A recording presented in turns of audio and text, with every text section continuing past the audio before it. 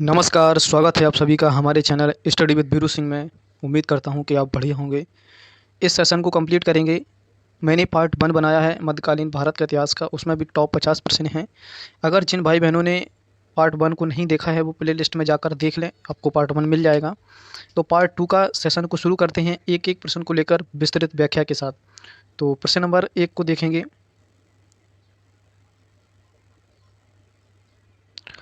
प्रश्न नंबर कह रहा है कि मुगल काल में जो मनसब प्रथा थी, एक के सिवाय सभी पब्लिक सेवाएं आती थीं। मतलब क्वेश्चन ये कह रहा है कि मनसब प्रथा में मतलब कौन सी सेवाएं थीं जो आती थीं, कौन सी सेवाएं नहीं थीं जो मतलब उस सेवा में नहीं आती थीं।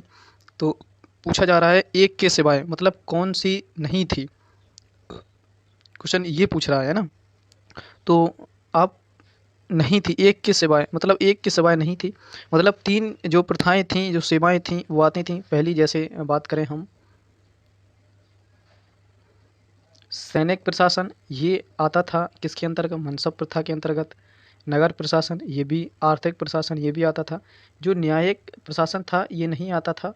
तो इसका सही विकल्प हो जाएगा बी। क्वेश्चन नंबर अगला देखते हैं।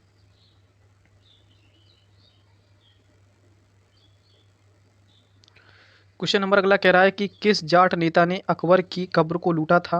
वो जाट नेता कौन सा था जिसने अकबर की कब्र को लूटा?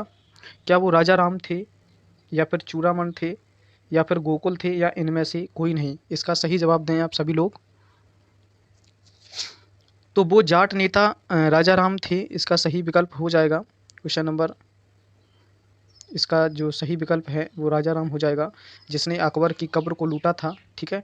अकबर का मकबरा कहाँ स्थित है? तो सिकंदरा में है, याद रखें। अगला प्रश्न देखते हैं।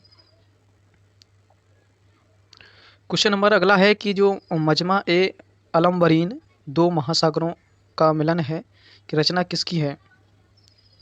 क्या अकबर की है, जहांगीर की है, दारा सिकोई की है,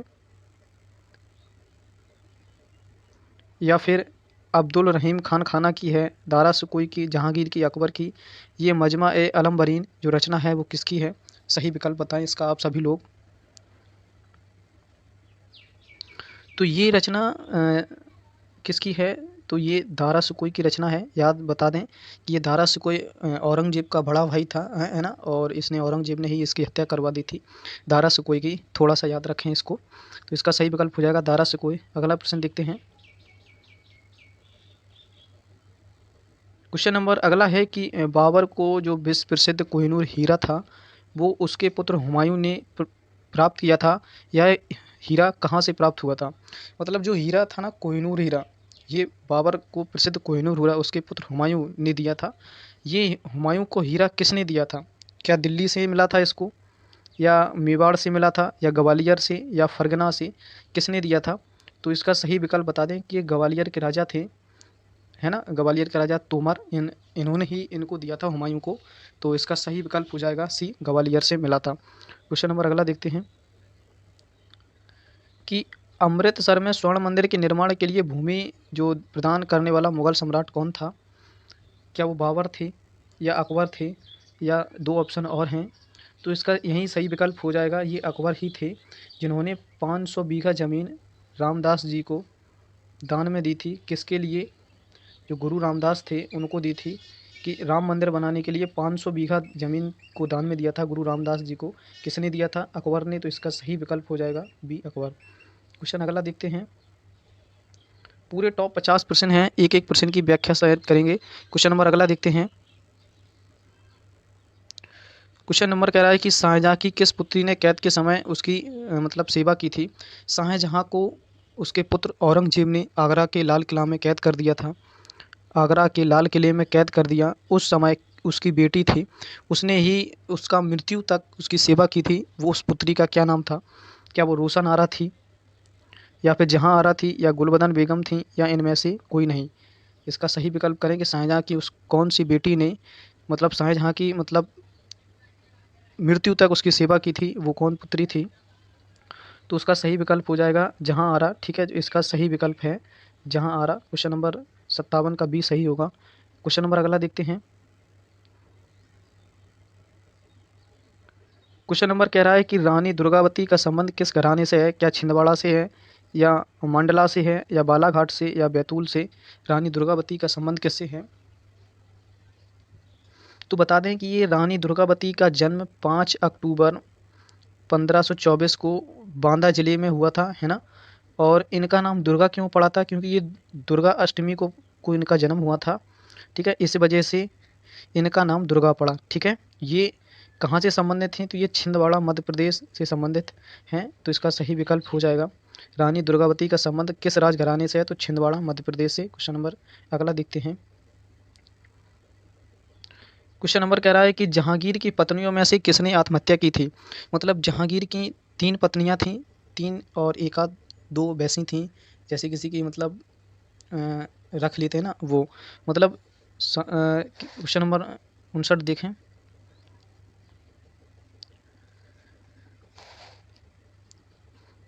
क्या वो नूरजहाँ थीं, साहिब बेगम थीं या करमसी थीं या मल्लिका ए जहाँ थीं? कौन थीं जिन्होंने आत्महत्या की थी? तो बता दें जहांगीर का पहला विवाह, जो पहला विवाह था वो मानवाई से हुआ था। किनसे हुआ था? मानवाई से, ठीक है। ये राजा भगवान सिंह की पुत्री थी, जो कि आमेर के राजा थे। पहला विवाह मानवाई से। दूसरा विवाह हुआ था जो उदय सिंह की पुत्री जगत गोसाई से, ठीक है, जगत गोसाई से, ठीक है। ये उदयपुर की पुत्री थी उदय सिंह की, जगत गोसाई इनका नाम था। पहला मानवाई से हुआ, दूसरा जगत गोसाई से हुआ। तीसरा जो नूरजहाँ थी, जो अली कुली की विधवा थी नूरजहाँ, इनसे शादी हुई थी। ये नूरजहाँ इन्हें आगरा के वहाँ मिली थी। वो कौन सा बाज़ार है देखो, मीना बाज़ार में। तो ये नूरजहाँ थी, है ना। फिर लेकिन इसका सही विकल्प है जो कि पूछा है, जहांगीर की पत्नियों में से किसने आत्महत्या की थी? तो इस साहिब बेगम थी, ठीक है, इन्होंने ही हत्या की थी, ठीक है। क्वेश्चन नंबर अगला देखते हैं। क्वेश्चन नंबर ये कह रहा है कि बाबर की 3 पत्नियां थीं, ठीक है। निम्नलिखित में से कौन उनकी पत्नी नहीं थी? क्या माहिम उनकी पत्नी थी, गुलरुख थी या दिलदार थी या फिर गुलबदन थी, है ना। ये गुलबदन हुमायूं की बेटी का नाम है। तो इसका सही विकल्प हो जाएगा सी। क्वेश्चन नंबर अगला देखते हैं। क्वेश्चन नंबर कह रहा है कि गीता का फारसी में अनुवाद किसने कराया था? क्या वो शाहजहां ने करवाया था या अकबर ने या मुराद ने या फिर दारा सिकोई ने? 61 का सही विकल्प क्या होगा? बहुत ही ट्रेंडिंग प्रश्न है हिस्ट्री का, इसको स्टार लगाएं, नोट करें इसको।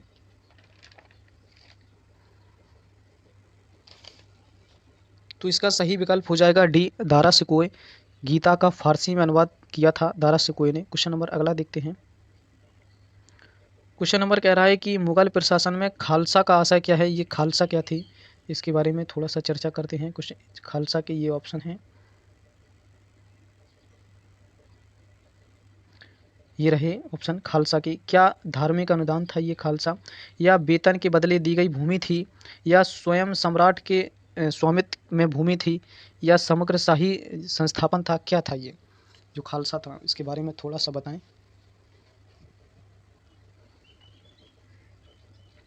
तो इसका सही विकल्प हो जाएगा सी, कि ये जो सम्राट के लिए, जो स्वयं सम्राट के लिए छोड़ी जाती थी भूमि, उसको ही हम खालसा कहते थे।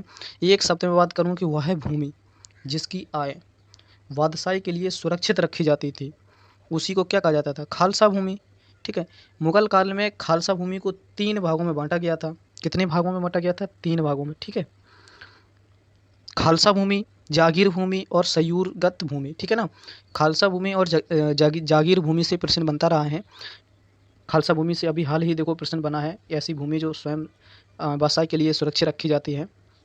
ये अकबर के समय थी ज़्यादातर। फिर जागीर भूमि की बात करें तो ये औरंगजेब के समय में थी। औरंगजेब ने क्या किया कि खालसा भूमि को जो जमींदार थे उनमें बांटना शुरू कर दिया था। किसने? औरंगजेब ने। और जब औरंगजेब ने बांटा था तो इसी को ही जागीर भूमि कहा जाने लगा, ठीक है। तो इसका सही विकल्प हो जाएगा सी। क्वेश्चन नंबर अगला देखते हैं। क्वेश्चन नंबर 63 कह रहा है कि प्रयाग नगर को इलाहाबाद अल्लाह के नाम किसने दिया? मतलब जो इलाहाबाद है उसका जो नामकरण है वो क्या औरंगजेब ने किया था, या अकबर ने, या शाहजहां ने, या बहादुर शाह जफर ने? तो इसका सही विकल्प क्या हो जाएगा? तो इसका सही विकल्प अकबर हो जाएगा। अकबर ने ही इलाहाबाद का नामकरण किया था, ठीक है। तो इसका सही विकल्प होगा अकबर। याद दिला दें कि 1898 में, ठीक है, इलाहाबाद एक दिन के लिए राजधानी बनी थी। याद रखें, एक दिन के लिए राजधानी, ठीक है, एक दिन के लिए राजधानी बनी थी। ये बहुत ही ट्रेंडिंग प्रश्न है जो कि हिस्ट्री के में पूछा जाता है कि एक दिन के लिए राजधानी कौन सा प्रांत बना था 1858 के समय, तो वो इलाहाबाद ही था। इसको नोट करें, है ना। ये बहुत ही बढ़िया प्रश्न है, तो इसका सही विकल्प हो जाएगा अकबर। क्वेश्चन नंबर अगला देखते हैं। क्वेश्चन नंबर है कि दिल्ली में पुराना किला के भवनों का निर्माण किसने करवाया था। जो दिल्ली में जो पुराना किला है उसका निर्माण किसने करवाया। क्या फिरोज शाह तुगलक ने, इब्राहिम लोदी ने, शेर शाह सूरी ने या बाबर ने। इसका सही विकल्प चुनें। तो इसका सही विकल्प है सी। जो भी शेर शाह सूरी की तरफ बढ़ रहे हैं वो एकदम सही हैं। शेर शाह सूरी के बचपन का नाम फरीद था और इसने ही रुपया चलवाया था, जीटी रोड चलवाया था, है ना। इसने भूमि को मापने के लिए सनी की डंडी का प्रयोग किया था। इसने जो 1540 का बिलग्राम का युद्ध था, हुमायूं को हराया था और दिल्ली की सल्तनत पर बैठा था, है ना। शेरशाह सूरी से याद रखें, शेरशाह सूरी का मकबरा सासाराम बिहार में स्थित है और इसने पुराना किला का भी निर्माण करवाया, याद रखें। क्वेश्चन नंबर अगला। क्वेश्चन नंबर कह रहा है कि ताजमहल की जो रूपरेखा डिजाइन किसके द्वारा बनाई गई। क्या उस समय उस्ताद रहीम थे या उस्ताद शमशेर थे या उस्ताद ईसा थे या उस्ताद मंसूर थे। वो कौन थे, सही विकल्प चुनें।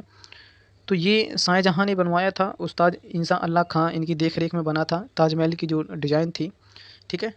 और अहमद लाहौरी थे वो इसके कारीगर थे, ठीक है, याद रखें। ये बना कब था, कोई सन बता सकता है क्या। ये 1630 की बात करता है। 1630 में इसका निर्माण शुरू हुआ था, ठीक है। इसको बनने में लगभग 22 साल लगे थे, याद रखें। इसको बनने में 22 साल लगे थे, है ना। संगमरमर का बना हुआ है। और ये एक छोटी सी जानकारी बताएं कि ये सबसे पहले बुरहानपुर में बनने वाला था, है ना। बुरहानपुर कहाँ है, एमपी में पड़ता है। ये बुरहानपुर क्यों बनने वाला था, क्योंकि जो मुमताज़ महल थी वो बुरहानपुर से ही थी और उनका बोलते हैं ना कब्रगाह है, वहीं बन रहा था। लेकिन वहाँ जो सीड़न की वजह से जो लकड़ियों का जो बन रहा था, जो वुड्स का, वो कुछ ऐसी लकड़ियाँ थीं कि उनमें क्या था कि नमी की वजह से वो सुरक्षित रहती हैं, वहाँ वो ना होने की वजह से इसलिए इसको आगरा में ट्रांसफ़र करवाया गया और यमुना नदी के किनारे बनाया गया। तो इसका सही विकल्प हो जाएगा सी। क्वेश्चन नंबर अगला देखते हैं। क्वेश्चन नंबर कह रहा है कि महाराणा प्रताप के घोड़े का क्या नाम था। बहुत ही बढ़िया प्रश्न है, पूछा भी गया है पेपरों में। आप लोग सभी कर लेंगे मुझे विश्वास है। क्या बुलबुल था, चेतक था या हरग्रीव था या बादल था। क्या नाम था उसके घोड़े का। तो सभी कर लेंगे, मुझे विश्वास है कि उसके घोड़े का नाम चेतक था। इसका सही विकल्प भी होगा। क्वेश्चन नंबर अगला देखते हैं।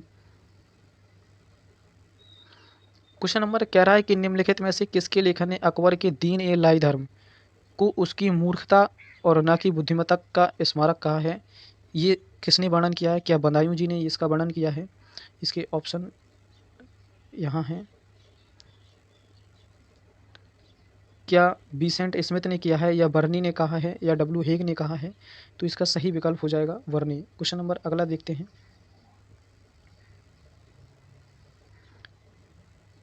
क्वेश्चन नंबर अगला है कि किसके ऊपर अपनी विजय की निशानी के रूप में राणा कुंभा ने चित्तौड़ में विजय स्तंभ का निर्माण करवाया था। आज ही सुबह का जो वीडियो था पार्ट 7 उसमें यही प्रश्न पूछा गया था कि विजय स्तंभ का निर्माण किसने करवाया था। तो राणा कुंभा ने करवाया था, ठीक है। ये चित्तौड़ में था, ठीक है। अब लेकिन अब यहाँ प्रश्न उसी की गहराई से पूछा गया कि ये किसकी निशानी के रूप में करवाया था। क्या नागौर जो जो नागौर का खान था उसके विजय की निशानी के रूप में, या मारवाड़ का जो राव जोधा था उसका, या गुजरात का अहमद शाह, या मालवा का महमूद खलजी। किसकी निशानी के रूप में या किसकी विजय के रूप में ये सब करवाया था। तो इसका सही विकल्प हो जाएगा डी, ठीक है। अभी तक प्रश्न पूछा जा रहा है कि जो विजय स्तंभ है ये चित्तौड़ में है, किसने बनवाया था, राणा कुंभा ने। लेकिन ये किसकी निशानी के रूप में बनाया, तो मालवा के महमूद खलजी। इसका सही विकल्प डी हो जाएगा। क्वेश्चन नंबर अगला देखते हैं। क्वेश्चन नंबर कह रहा है कि हवा महल का निर्माण किसने किया था। ये हवा महल कहाँ है। ये हवा महल जयपुर में स्थित है। इसका निर्माण किसने करवाया था। क्या महाराजा भगवत सिंह थे, महाराणा जगजीत सिंह थे, महाराणा सवाई प्रताप सिंह थे या महाराणा जसवंत सिंह थे, कौन थे। तो हवा महल ये जयपुर में स्थित है, ठीक है, हवा महल। और इसका निर्माण सवाई राजा जयसिंह ने करवाया था। इनने ही निर्माण जंतर मंतर का भी करवाया है, याद रखें। इसका सही विकल्प हो जाएगा सी। क्वेश्चन नंबर अगला देखते हैं। चित्तौड़ किस वंश की राजधानी थी। मतलब जो चित्तौड़ था किस वंश की राजधानी थी, मतलब चित्तौड़ पर किस वंश के राजाओं ने शासन किया है।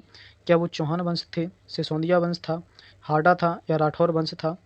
तो इसका सही विकल्प हो जाएगा सिसोदिया वंश था, जो चित्तौड़ को अपनी राजधानी बनाया था, जो सिसोदिया वंश थे।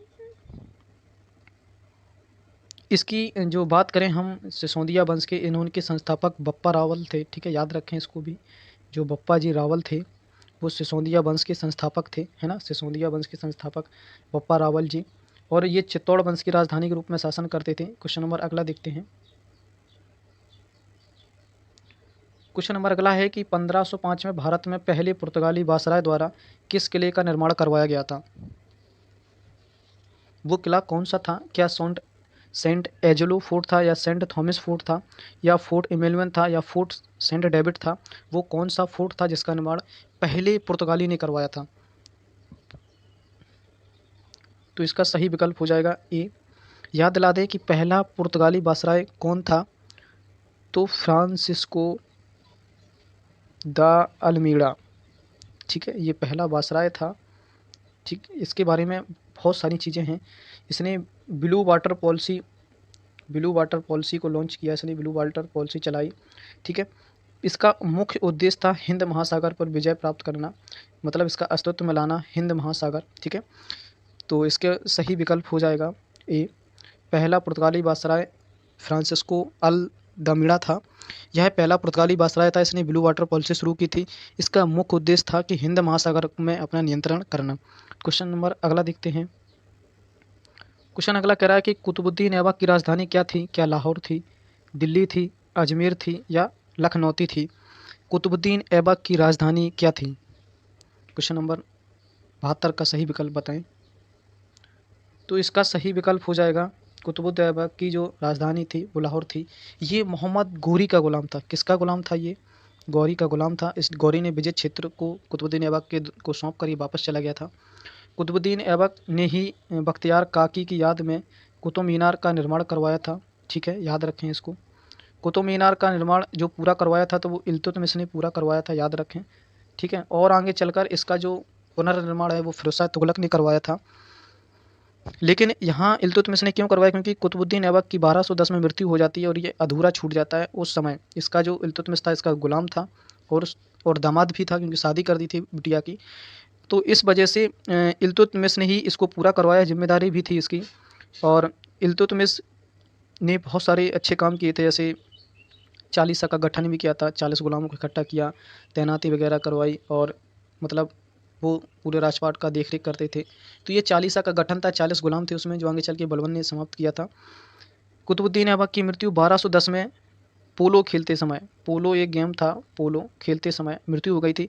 अगर पोलो नहीं मिलता है तो चौगाम जरूर मिलेगा, चौगान जरूर मिलेगा, जो कि यही था। तो इसका सही विकल्प हो जाएगा कि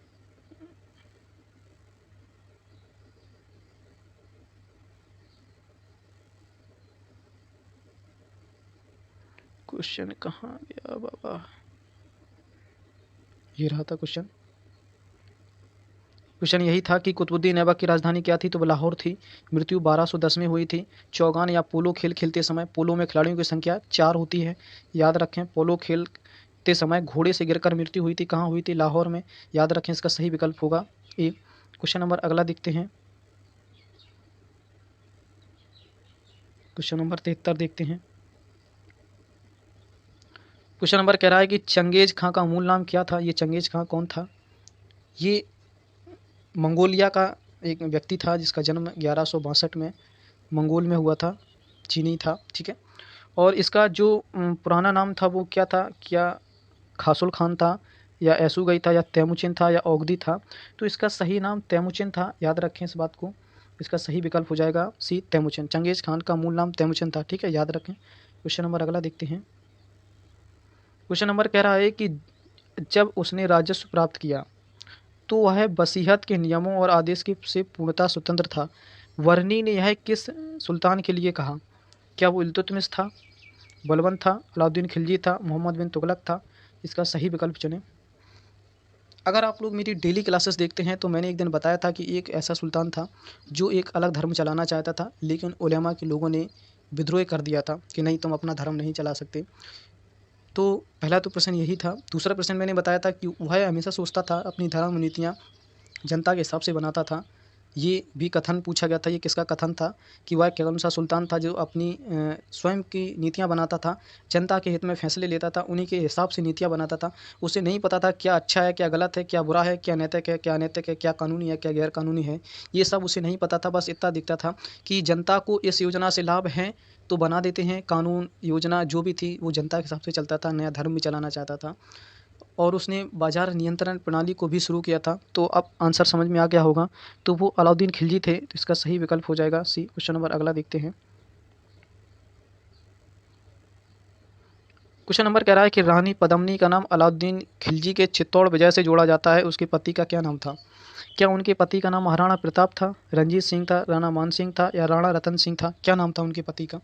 तो थोड़ी सी कहानी है कि अलाउद्दीन खिलजी ने पद्मिनी के बारे में बहुत नाम सुना हुआ था, उनकी सुंदरता को कायल था, उसको देखना चाहता था, ठीक है। लेकिन जो पद्मिनी थी उन्होंने साफ मना कर दिया था कि नहीं, ऐसा नहीं है।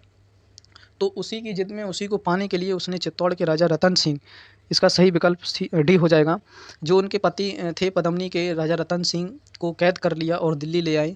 लेकिन उनके दो कुशल सेना नायक थे जिनका नाम गोरा और बादल था, वो अपने राजा रतन सिंह को चुपके से वहाँ से कैद से छुटा लाए और चित्तौड़ आ गए। यही बात अलाउद्दीन खिलजी को बुरी लगी और उसने आक्रमण कर दिया और पद्मिनी को पाने के लिए। लेकिन पद्मिनी के जब राजा रतन सिंह की मृत्यु हुई युद्ध में लड़ते हुए, तो उन्होंने क्या किया कि अपनी सहेलियों के साथ मिलकर जौहर प्रथा से प्राण त्याग दिए थे। वो रानी पद्मिनी थी, ठीक है। जौहर प्रथा से प्राण प्राण त्याग देने वाली पहली महिला शासका थी वो पद्मिनी ही थी, ठीक है। तो इसका सही विकल्प हो जाएगा जी, राणा रतन सिंह की पत्नी थी। अलाउद्दीन खिलजी ने गोरा बादल के जो विजय के पक्ष उनकी बहादुरी को देखते हुए दिल्ली में जो दरवाज़ा है, गोरा बादल के 2 सैनिकों की तस्वीरें भी लगवाई हैं उनकी बहादुरी से प्रसन्न होकर। क्वेश्चन नंबर अगला देखते हैं। क्वेश्चन नंबर अगला कह रहा है कि निम्न में से किस सुल्तान ने बाजार सुधार लागू किए थे? क्या जलालुद्दीन खिलजी था, अलाउद्दीन खिलजी था, मोहम्मद बिन तुगलक था या बलबन था? हमने बोला था बाजार नियंत्रण प्रणाली को शुरू किया, तो वो अलाउद्दीन खिलजी थे, इसका सही विकल्प भी होगा। इसने कड़ा मानपुर में अपने चाचा जलालुद्दीन खिलजी की हत्या कर दी थी, ठीक है, और गद्दी पर बैठ गया था। ये जलालुद्दीन खिलजी का भतीजा था अलाउद्दीन खिलजी, तो इसका सही विकल्प हो जाएगा बी। क्वेश्चन नंबर अगला देखते हैं। क्वेश्चन नंबर कह रहा है कि निम्नलिखित में से किस मध्यकालीन शासक ने सार्वजनिक प्रणाली प्रारंभ की थी? क्या वो अलाउद्दीन खिलजी थे, बलबन थे, फिरोज शाह तुगलक थे, मोहम्मद बिन तुगलक थे? अभी हाल मैंने बताया था कि जनता से प्यार करने वाला, जनता की तरह जनता को सुख और समृद्धि के लिए उनकी नीतियों को बनाने वाला, बाजार नियंत्रण को चलाने वाला, कहता था कि जो भी व्यापारी वर्ग मतलब कटौती करता है वजन में या किसी में, तो उसकी भरपाई उसके मांस से को काटकर पूरी की जाएगी।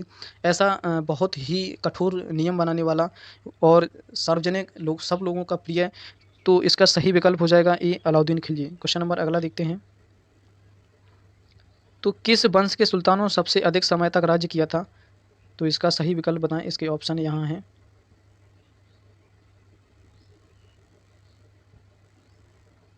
तो क्या खिलजी वंश ने किया था, लोधी वंश ने किया था, गुलाम वंश ने किया था? ये दास वंश को गुलाम वंश ही बोलते हैं। क्या वो तुगलक वंश था? क्वेश्चन नंबर बताएं जरा, इसका सही विकल्प क्या होगा?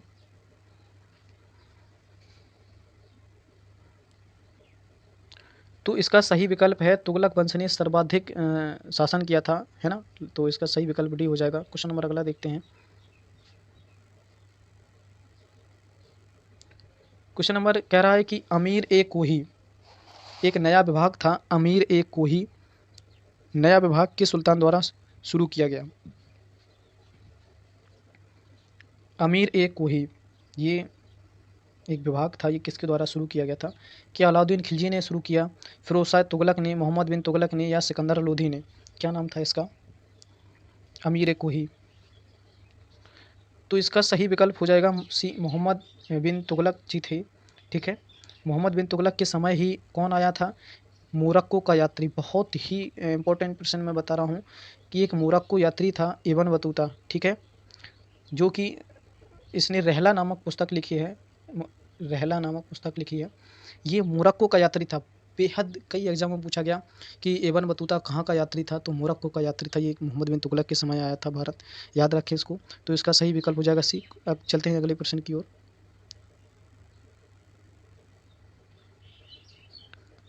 क्वेश्चन नंबर अगला कह रहा है कि जो एबन बतूता था, अभी हाल देखो हमने क्वेश्चन को डिस्क्राइब किया है कि एबन बतूता भारत में किसके शासनकाल में आया? क्या बहलोल लोदी के समय, फिरोज शाह तुगलक के समय, गयासुद्दीन तुगलक के समय, मोहम्मद बिन तुगलक के समय?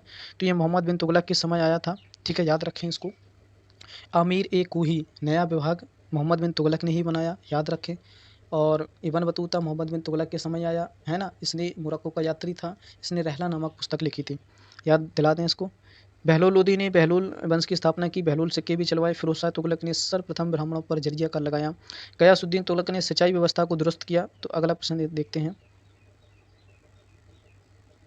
क्वेश्चन नंबर अगला कह रहा है कि दिल्ली का सुल्तान जो दान और दक्षिणा के बारे में काफ़ी ध्यान रखता था, इसके लिए एक विभाग दीवान ए खैरात स्थापित किया, वो कौन था?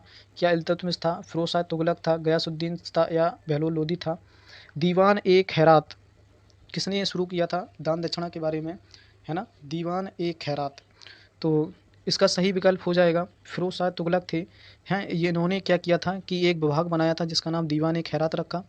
और फिरोज शाह तुगलक के बारे में बहुत ही इंपॉर्टेंट प्रश्न कि इसने पहले सर्वप्रथम हिंदुओं पर जजिया कर लगाया। ठीक है, जजिया कर लगाया हिंदुओं पर। ठीक है, और फिरोज शाह तुगलक के बारे में यह नहरों का जाल बिछाया इसने। ठीक है, जो नहरें का जाल मतलब बोल सकते हैं सबसे ज़्यादा नहरें खुदवाई, सिंचाई व्यवस्था को दुरुस्त किया अपने शासनकाल में। ठीक है, तो क्वेश्चन नंबर अगला देखते हैं। क्वेश्चन नंबर कह रहा है कि हक ए सर्ब सिंचाई कर लगाने वाला दिल्ली का प्रथम सुल्तान कौन था? क्या अलाउद्दीन खिलजी थे, गयासुद्दीन तुगलक था, मोहम्मद बिन तुगलक था, फिरोज शाह तुगलक था? इसका सही विकल्प चुनें।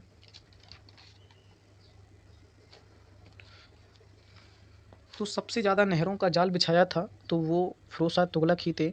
तो सिंचाई कर भी यही लगाएगा, तो फिरोज शाह तुगलक इसका सही विकल्प हो जाएगा। क्वेश्चन नंबर अगला देखते हैं। क्वेश्चन कह रहा है कि राज्य के खर्च पर हज की व्यवस्था कराने वाला पहला भारतीय शासक कौन था? मतलब जो राज्य का जो आय थी, स्रोत थी, राजस्व कर था, उस पर लोगों को एक बार जीवन में हज की यात्रा पर जाना था, तो वो राज्य की खर्च पर ही हज के जाने के लिए वो मतलब उस राजा ने स्वीकृति दे दी थी कि आप राज्य के खर्च पर हज जा सकते हैं। तो वह पहला भारतीय शासक कौन था? क्या अलाउद्दीन खिलजी थे? ठीक है, तो इसका सही विकल्प बता दें कि फिरोज शाह तुगलक ही थे। ठीक है, फिरोज शाह तुगलक ही थे। फिरोज शाह तुगलक ही थे जिन्होंने कहा था कि राज्य के खर्च पर आप हज की यात्रा कर सकते हैं। लेकिन यहाँ थोड़ा सा बता दें, कन्फ्यूज नहीं होना। मात्र एक बार अकबर ने हज की यात्रा करवाई थी। ठीक है, अकबर ने अपने मतलब जो प्रजा थी उनको आदेश दिया था कि आप हज की यात्रा राज्य के खर्च पर कर सकते हैं, एक बार सिर्फ। ठीक है, लेकिन फिरोज शाह तुगलक इसका सही विकल्प हो जाएगा। तो क्वेश्चन नंबर अगला देखते हैं। ऑप्शन भी देख लीजिए, 83 के ये विकल्प थे। ठीक है, फिरोज शाह तुगलक, अकबर, औरंगजेब। तो इसका सही विकल्प होगा फिरोज शाह तुगलक। क्वेश्चन नंबर अगला देखते हैं।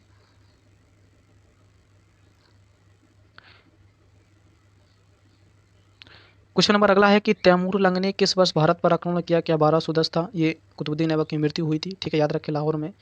1398 था, 1492 था, 1526 था। 1526 में 21 अप्रैल 1526 को बाबर और इब्राहिम लोदी के बीच पानीपत का प्रथम युद्ध हुआ था। तो ये तो विकल्प दोनों कट जाते हैं। ठीक है, अब बी और सी बचा है, तो इसका सही विकल्प हो जाएगा 1398, तैमूर लंग जो कि लंगड़ा था। ठीक है, याद रखें इसको। क्वेश्चन नंबर अगला देखते हैं। कृष्णदेव राय के दरबार में अष्टदिग्गज कौन थे? क्या 8 मंत्री थे, 8 तेलुगु कवि थे, 8 महान सेनापति थे, 8 परम मर्सदाता थे? कौन थे कृष्णदेव राय? मैंने बहुत ही जो वीडियो बनाए हैं, मैंने कृष्णदेव राय के बारे में हमेशा कुछ ना कुछ बताया है। ये बहुत ही फेमस हैं। कृष्णदेव राय ने जो 8 तेलुगु कवि थे उनको ही, इन्हें ही कृष्णदेव राय को अष्टदिग्गज कहा जाता था, ये भी ध्यान रखें। इन्होंने हजारा मंदिर और विट्ठल स्वामी मंदिर का निर्माण भी करवाया है। हजारा मंदिर, एक इन्होंने संस्कृत में पुस्तक लिखी है जामवती, याद रखें इसको। ठीक है, जामवती। इसके लिए इतना ही है। क्वेश्चन नंबर अगला देखते हैं। क्वेश्चन नंबर कह रहा है कि अकबर के दीन इलाही धर्म को कब शुरू किया गया? क्या 1570 में, 1578 में, 1581 में या 1582 में? अकबर ने दीन ए इलाही धर्म शुरू किया था, कब शुरू किया था? तो ये 1586 में शुरू किया था। और पहला बता दें, इसको मानने वाला पहला हिंदू शासक, इसको मानने वाला पहला हिंदू शासक बीरबल था। बहुत ही ट्रेंडिंग प्रश्न रहा है कि इलाही धर्म को मानने वाला पहला हिंदू शासक कौन था? तो बीरबल था, याद रखें, बीरबल ही थे। और ये 1582 में शुरू हुआ था। तो अगला प्रश्न देखते हैं। क्वेश्चन नंबर कह रहा है कि निम्नलिखित इमारतों में से कौन सी इमारत शान फतेहपुर कही जाती है? कौन सी इमारत शान फतेहपुर कही जाती है? क्या वो बुलंद दरवाज़ा है, या तुर्की सुल्तान का महल है, जामा मस्जिद है, शाही अमर का महल है? कौन है? क्वेश्चन नंबर 87 का देखते हैं। तो इसका सही विकल्प हो जाएगा जामा मस्जिद। ठीक है, इसका सही विकल्प हो जाएगा। ये दिल्ली में स्थित है, ये दिल्ली में स्थित है। भारत की सबसे बड़ी मस्जिद है, याद रखें इसको, भारत की सबसे बड़ी मस्जिद है। किसने बनवाई थी? 1650 में शाहजहाँ ने बनवाई थी। किसने बनवाई थी? शाहजहाँ ने बनवाई थी। इसको बनने में लगभग 6 वर्ष का समय लगा था, याद रखें। क्वेश्चन नंबर अगला देखते हैं। क्वेश्चन पूछ रहा है कौन सा स्मारक फतेहपुर सीकरी में नहीं है? ये नहीं वाला प्रश्न बहुत ही कन्फ्यूजन करता है।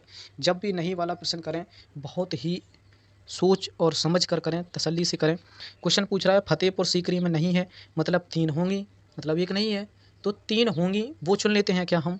क्या पंचमहल था? बिल्कुल था। जोधाबाई का महल था? बिल्कुल था। अकबरी महल था? बिल्कुल था। ये स्वर्ण मंदिर बेटा जानते हो कहाँ है? स्वर्ण मंदिर अमृतसर में है। ठीक है, अमृतसर में, जो अकबर ने 500 बीघा ज़मीन दान में दी थी, किनको? गुरु रामदास जी को। ठीक है, तो इसका सही विकल्प हो जाएगा अमृतसर।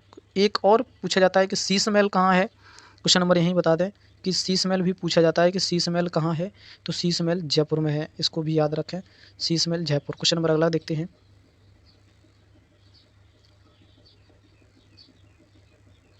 क्वेश्चन नंबर अगला कह रहा है कि अकबर द्वारा अपनाई गई सुलह-ए-कुल जो एक नीति थी, भाईचारा था, इसकी अवधारणा में से किस पर आधारित थी? सुलह-ए-कुल यह नीति अकबर द्वारा शुरू की गई थी, शांति और भाईचारा के लिए यह नीति बनाई गई थी। तो ये इसमें क्या-क्या शामिल था? क्या उदारता शामिल थी? बिल्कुल। भाईचारा है, शांति है, तो उदारता तो होगी, ये बिल्कुल सही बात है। धार्मिक सहनशीलता थी। जब ये भाईचारा है ना, भाईचारा क्या बोलते हैं, हिंदू और मुस्लिम को ही भाईचारा बोलते हैं। ये भाईचारा था तो धार्मिक सहनशीलता भी थी, ये भी सही है। ये उदारवादी सांस्कृतिक दृष्टिकोण था, बिल्कुल सही बात है, ये भी था। तो इसके उपयुक्त सभी ये सही डी हो जाएगा। अकबर एक अनपढ़ शासक था, है ना, और ये नगाड़ा बजाने में दक्ष था, पूछा भी जाता है। और औरंगज़ेब के बारे में भी पूछा जाता है कि उसे जिंदा पीर कहा गया। औरंगज़ेब के बारे में पूछा जाता है कि औरंगज़ेब क्या बजाने में दक्ष था? क्या वो वीणा बजाने में दक्ष था? कमेंट करें इस बात को लेके। क्वेश्चन नंबर अगला देखते हैं। क्वेश्चन नंबर पूछ रहा है अकबर का जो मकबरा कहाँ स्थित है? क्या सिकंदरा में है, आगरा में है, औरंगाबाद में है, या फतेहपुर सीकरी में है? तो अकबर का मकबरा सिकंदरा में स्थित है। जो राजा राम थे, ठीक है, इन्होंने क्या किया था कि अकबर की कब्र को उजाड़ दिया था। ठीक है, इसको याद रखें। क्वेश्चन नंबर अगला देखते हैं कि निम्नलिखित में से किस किले का निर्माण अकबर के राज्य के काल में नहीं करवाया गया? क्या दिल्ली का किला अकबर ने बनवाया था, आगरा का किला अकबर ने बनवाया था, इलाहाबाद का किला अकबर ने बनवाया, या लाहौर का किला, या दिल्ली का लाल किला? पूछ रहा है नहीं करवाया गया। मैंने क्या कहा था, जब नहीं वाले प्रश्न आए तो बहुत ही इत्मीनान से इनको हल करें, बहुत ही शांति से, है ना, पेशेंस बनाकर हल करें जब नहीं वाला प्रश्न आता है। तो पूछ रहा अकबर नहीं है, तो मतलब 3 होंगे। 3 का निर्माण करवाया होगा, 1 का नहीं करवाया होगा। तो क्या आगरा का किला का निर्माण करवाया? ये बात बिल्कुल सही है। इलाहाबाद का भी किला इसने ही बनवाया, लाहौर का किला भी बनवाया। ये दिल्ली का किला किसने बनवाया था? ये शेरशाह सूरी ने बनवाया था, याद रखें इसको, शेरशाह सूरी। शेरशाह सूरी के बारे में इतने सारे कई बार फैक्ट बता चुका हूँ कि रट गया होगा।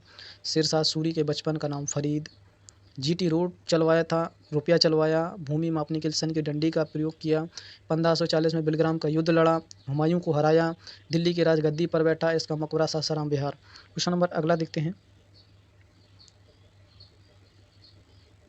क्वेश्चन नंबर कह रहा है कि महाभारत का फारसी में अनुवाद का शीर्षक क्या था? क्या क्या अनवर ए सुहेली था, रज्मनामा था, हस्त बहिष्ट था, या आयार दानिश था? क्वेश्चन नंबर 92 का सही विकल्प बताएं।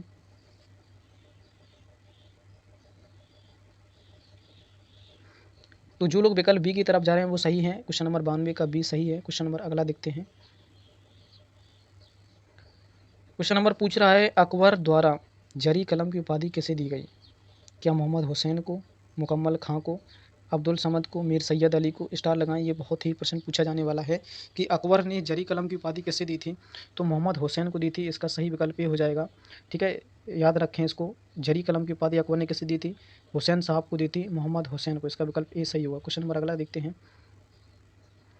क्वेश्चन नंबर, जैन साधु जो अकबर के दरबार में कुछ वर्षों तक रहा, जगत गुरु की उपाधि से सम्मानित किया गया, वह कौन था? मतलब अकबर ने जगत गुरु की उपाधि किसे दी थी? बताओ जरा, इसके ऑप्शन देख लेते हैं। अकबर ने जगत गुरु की उपाधि प्रश्न ये था कि जगत गुरु की उपाधि किसे दी थी, और जरी कलम की उपाधि ये अकबर ने ही दी है। दोनों में से एक पूछ लिया जाता है, इम्पोर्टेंट है। जरी कलम की उपाधि जो विजय सूरी थे इनको जगत गुरु कहा जाता था, इनकी उपाधि दी थी। और जरी कलम की उपाधि मोहम्मद हुसैन को दी है, याद रखें, हुसैन साहब को। ठीक है, दोनों क्लियर हुए प्रश्न कि अकबर ने जो उपाधियाँ दी हैं, जगत गुरु की उपाधि किसे दी, हरि विजय सूरी को दी थी, और जरी कलम की उपाधि किसे दी थी, तो हुसैन साहब को। क्वेश्चन नंबर अगला देखते हैं। क्वेश्चन नंबर कह रहा है कि मुगल सम्राट अकबर के समय प्रसिद्ध चित्रकार कौन था। अकबर के समय चित्रकार कौन था? क्या अबुल हसन थे, क्या दसवंत थे, किशन दास थे, उस्ताद मंसूर अली थे, वो कौन थे? तो क्वेश्चन नंबर बी सही विकल्प हो जाएगा, दसवंत थे अकबर के समय। ठीक है, इसका क्वेश्चन नंबर बी सही हो जाएगा। ये उस्ताद मंसूर थे जहांगीर के समय, याद रखें इसको थोड़ा। क्वेश्चन नंबर अगला देखते हैं। क्वेश्चन नंबर कह रहा है कि अकबर के दरबार में आने वाला पहला अंग्रेज व्यक्ति कौन था। क्या रॉल्फ थे, थॉमस रो थे, जॉन हॉकिंस थे, पीटर मुंडी थे, कौन थे? क्वेश्चन नंबर का सही विकल्प चुनें। ये ही जो रॉल्फ थे इसका सही विकल्प हो जाएगा। अकबर के दरबार में आने वाला पहला व्यक्ति था। थॉमस रो किसके समय में आए थे? जहांगीर के समय, याद रखें, पूछा जाता है। जॉन हॉकिंस किसके दरबार में आए थे? जहांगीर के समय। पीटर मुंडी किसके समय आए थे? शाहजहां के समय। ठीक है, इसको याद रखें, बहुत पेपरों में पूछा गया है। तो थॉमस रो और जॉन हॉकिंस और रॉल्फिच ये अकबर के समय आया था। तो इम्पोर्टेंट प्रश्न है, स्टार लगाएं इसको, कि अकबर के समय आने वाला पहला अंग्रेज रॉल्फिच था। क्वेश्चन नंबर अगला देखते हैं। क्वेश्चन नंबर अगला है कि ब्रिटिश राजपूत के जो राजदूत थे थॉमस रो भारत आया था। मैंने यही करवा दिया था कि थॉमस रो औरंगजेब के समय आया था, या जहांगीर के समय आया था, या शाहजहां के समय आया था, या अकबर के समय आया था। अकबर के समय जो रॉल्फिच थे वो थे, अभी हाल प्रश्न करवाया है। ठीक है, थॉमस रो जहांगीर के समय थे। ठीक है, पीटर मुंडी शाहजहां के समय थे, याद रखें, शाहजहां के समय पीटर था।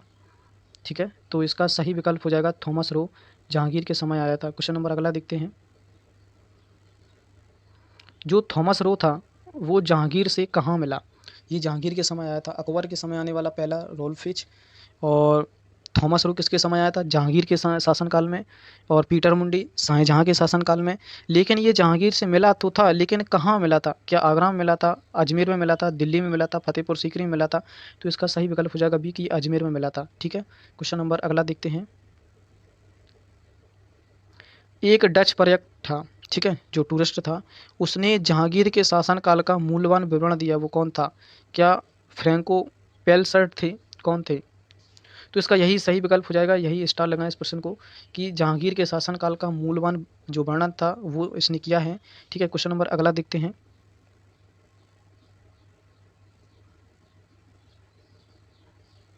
क्वेश्चन नंबर 100 प्रश्न देखते हैं। क्वेश्चन नंबर कह रहा है कि मुगल चित्रकला किसके शासनकाल में पराकाष्ठा पर थी।